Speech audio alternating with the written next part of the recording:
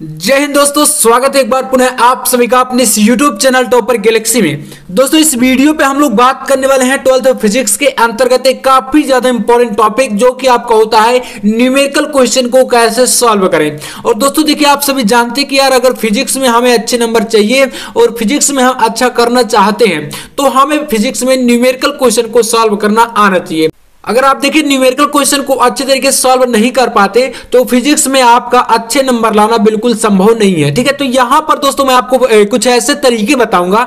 अगर आपको अभी तक न्यूमेरिकल सॉल्व करने का तरीका नहीं पता या आपको न्यूमेरिकल नहीं आ रहे हैं तो मैं जो स्टेप आपको बताने वाला हूं, अगर आप इन तरीके जो ऐसे न्यूमेरिकल क्वेश्चन को सॉल्व करते हैं तो आप बिल्कुल 100% न्यूमेरिकल क्वेश्चन में अच्छे नंबर लाने वाले हैं। तो चलिए शुरू करते हैं। काफी ज्यादा इंटरेस्टेड वीडियो होने वाला है, बिल्कुल अंत तक देखिएगा। और आपके पास एग्जाम में जो है काफी ज्यादा टाइम नहीं बचा है, बहुत ही जल्द आपका एग्जाम है। तो चलिए सबसे पहले हम लोग देखते हैं। अब यहां पर आपका नंबर 1 पॉइंट देखिए, मैं एक एक पॉइंट को आपको बताऊंगा, बिल्कुल आपको 100% इनको नोट करते जाना। ठीक है, मैंने कि अपने माइंड में इनको सेट कर लेना है कि हाँ हमें ऐसा ही करना, जैसे हमें बोर्ड एग्जाम में हमें क्वेश्चन पेपर मिलेगा और न्यूमेरिकल की जब बारी आपके जो है लगाने की आएगी तो आप लोग इन्हीं स्टेप को अप्लाई करते जाइएगा। ठीक है, चलिए नंबर 1 देखिए, सबसे पहला पॉइंट है कि सबसे पहले आपको प्रश्न को 2 से 3 बार पढ़ना है। अब देखिए दोस्तों, मैं आपको यहां पर ये कह रहा हूं, अब एक बार मैंने बताया था कि आपको क्वेश्चन क्यों पढ़ना चाहिए, तो ऐसे में कई सारे बच्चे जो है कमेंट करते हैं और उन्हें ये नहीं पता है कि ये हमें जो मजाक है ये कितना भारी पड़ सकता है। क्या करे दोस्तों, यहां पर बच्चे बोल रहे थे कि अगर हम भैया जो है क्वेश्चन पेपर को 2 से 3 बार पढ़ेंगे तो इसी में हमारा समय निकल जाएगा।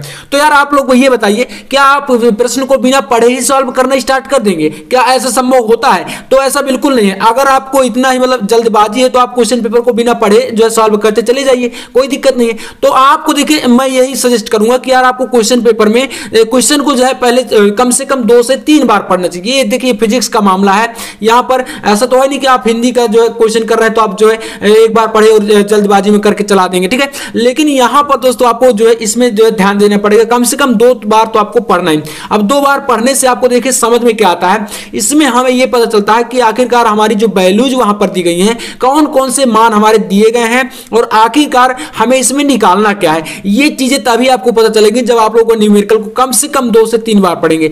एक बार पढ़ने से तो यार उसमें जो वैसे ही मतलब इतना जो है माइंड में स्ट्रेस रहता है कि आप एग्जाम में कि मतलब उसको समझ में ही नहीं आता। तो इसलिए आप लोग मतलब यहां पर यही अप्लाई करिए कि कम से कम आपको 2 बार पढ़ना है। ठीक है, अब 2 बार अच्छे तरीके से बिल्कुल माइंड को फ्रेश करके एकदम मतलब अपने अंदर डर नहीं होना चाहिए। ठीक है, अगर आप डर गए तो वहीं समझ लीजिए न्यूमेरिकल आप नहीं कर पाएंगे। तो 2 बार पढ़ना है, उसके बाद दी गई वैल्यू को आपको पहचानना चाहिए, निकालना चाहिए। अब आप उसको कैसे निकालेंगे, देखिए मैं इसके लिए आपको एक तरीका बताता हूं। मान लीजिए हमारा यह एक न्यूमेरिकल है, यहां पर कह रहा है कि 10, 12 और 24 माइक्रोफैरेड। अब यहां पर दोस्तों ये क्या है, इसका मात्रक देना देखना। जैसे आपके सामने ऐसा न्यूमेरिकल आ जाएगा तो सबसे पहले आपको जो वैल्यू दी गई उसके पीछे जो मात्रक लगा होगा उस मात्रक पर दोस्तों आप सबसे पहले नजर डालिएगा। ठीक है, सबसे पहले आपको मात्रक देखना है कि उसका यूनिट क्या है। जब आप उसके मात्रक पर नजर डालेंगे तो आपको पता चलेगा कि ये वैल्यू हमारी क्या दी गई है। जैसे कह रहा है कि 10, 12, 24 माइक्रोफैरेड। अब दोस्तों माइक्रोफैरेड यहां पर किसका मात्रक होता है? फैरेड जो है यह किसका मात्रक होता है? तो आपको पता होगा कि जो संधारित्र की धारिता होती है उसका आपका मात्रक होता है। तो हम समझ गए कि ये क्या दिए गए हैं, ये जो वैल्यू दी गई 10, 12, 24 ये हमारी जो है संधारित्र की धारिताएं दी गई हैं। तो इसी प्रकार से जो भी क्वेश्चन आए आपके सामने उसमें सबसे पहले आप लोग मात्रक देखिएगा। ठीक है, मात्रक देखने के बाद ही आपको पता चलेगा कि ये वैल्यू क्या दी गई। तो अर्थात वैल्यू को पहचानना आपको तो आ गया ना, मैंने बता दिया कि मात्रक आप लोगों को पहले दिखेगा देखना। ठीक है, मात्रक देखिएगा, उसके बाद आप लोग जो है मात्रक देखेंगे तो आपको इतना तो पता ही होगा कम से कम, मतलब कुछ मात्रक तो आपको याद ही होंगे और वैसे मतलब काफी ज्यादा कॉमन आते हैं ना। तो यहां पर आपको इससे जो है पहचानने का तरीका आ जाएगा और पहचानने का यही तरीका होता है। और इसी प्रकार से और आपको लास्ट में जो न्यूमेरिकल रहेगा उसकी लास्ट लाइन में देखना है, वो आपको वैल्यू निकालने के लिए बोलेगा। जो भी आपको कहेगा कि ये ज्ञात कीजिए या कुछ भी कह रहा है कि इसको निकालिए तो वही आपको निकालना होता है। ये आपका एक तरीका होता है। तो इसलिए जब आप लोग कम से कम 2 से 3 बार पढ़ेंगे तभी ये चीजें संभव हो पाएंगी, अन्यथा एक बार जल्दीबाजी में आप पढ़ेंगे तो वैसे भी देखिए आपसे न्यूमेरिकल पहली बात तो देखिए नहीं बन रहा है, और अगर आप उसको जो है जल्दीबाजी में ले रहे हैं तो फिर और ज्यादा वह बिगड़ जाता है। तो इसलिए कम से कम आपको अच्छे तरीके से और ध्यान पूर्वक थोड़ा सा जो है माइंड को स्थिर करके ये चीजें जो है फॉलो करना है। ठीक है, तो ये आपका हुआ। इसके बाद कुछ मैं आपको इंपॉर्टेंट पॉइंट बताता हूं। ठीक है, ये पॉइंट आपको बिल्कुल अप्लाई करना है एक एक स्टेप को। ठीक है, एक एक स्टेप को न्यूमेरिकल सॉल्व करते वक्त आपको अप्लाई करना है। तो चलिए नंबर 1 पॉइंट देखिए, इसमें सबसे पहला पॉइंट आपका आता है चैप्टर वाइज आपको इंपॉर्टेंट फार्मूले। देखिए दोस्तों मैं आपको बता दूं, अब आपको जो है आपके पास इतना ज्यादा समय नहीं है कि आप जो है चैप्टर वाइज फार्मूले जो है ढूंढते रहें अपनी बुक में या उनको तैयार करते रहें।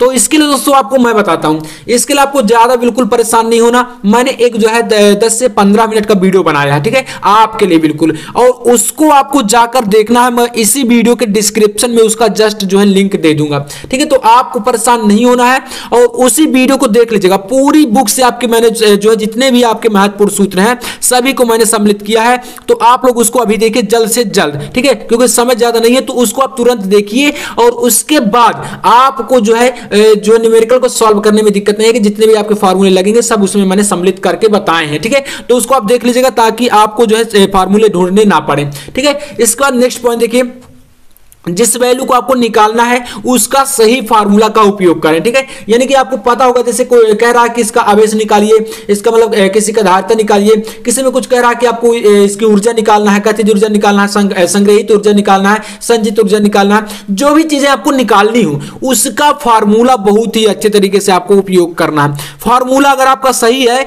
और दोस्तों आपका जो फाइनल आंसर आ रहा है, ठीक है, जो आपका फाइनल आंसर आ रहा है वह अगर गलत भी है तो ध्यान दीजिएगा, फार्मूला अगर आपका सही है और फाइनल जो आपका आंसर आ रहा है वह आपका सही नहीं है, गलत है, तो आपको नंबर मिलेंगे, ठीक है। ये मैं क्यों कह रहा हूं, देखिए अभी आपको बताऊंगा। तो फार्मूला आपको सही से उपयोग करना है, बाकी आपका आंसर सही आए या ना आए ये मैटर नहीं करता। तो देखिए फार्मूला आपका हो गया। अब फार्मूले के बाद आपको जो है कैलकुलेशन में जल्दीबाजी नहीं करनी, कैलकुलेशन बहुत ध्यानपूर्वक करना है, क्योंकि अगर आप इसमें एक स्टेप शुरुआत में कहीं पर मिस्टेक कर देंगे तो वहीं से पूरा आपका क्वेश्चन जो है पूरा गलत हो जाएगा। तो इसलिए एक एक स्टेप को धीरे धीरे से आपको अच्छे तरीके से करना है। बाकी वहां पर देखिए समय आपके पास रहता कम भले है, लेकिन जितने क्वेश्चन करिए सॉलिड तरीके से करिए। तो कैलकुलेशन में जल्दीबाजी नहीं करना, आपको बहुत ही ध्यानपूर्वक अच्छे तरीके से कैलकुलेशन को करना है। अब इसके बाद नेक्स्ट पॉइंट आपका आता है चौथा। यहां पर चौथा पॉइंट है कि उत्तर अगर आपका पूरा नहीं निकल रहा, मतलब जैसे आपको जो है एक कोई वैल्यू निकालना है और आपका उसका जो है आंसर फाइनल नहीं आ रहा, पूरा पूरा लास्ट तक आपका जो है नहीं हो रहा और आप बीच में ही कहीं पर फंस जाते हैं कि मतलब उसके आगे आप नहीं कर पा रहे हैं। तो अब ऐसी स्थिति में क्या करना है, तो देखिए अगर आप कर पा रहे हैं, थोड़ा बहुत स्टेप बढ़ा पा रहे हैं तो बढ़ाने की कोशिश करिए, है ना कुछ बढ़ाकर आपको लिखना है। और अगर आप उसको नहीं बढ़ा पा रहे, ठीक है, तो ध्यान दीजिएगा यहीं पर समझने वाली बात है। अगर आप उसके जो है नहीं बढ़ा पा रहे हैं उसके आगे, तो उसका जो वैल्यू है उसका दोस्तों मात्रक जरूर याद कर लेना।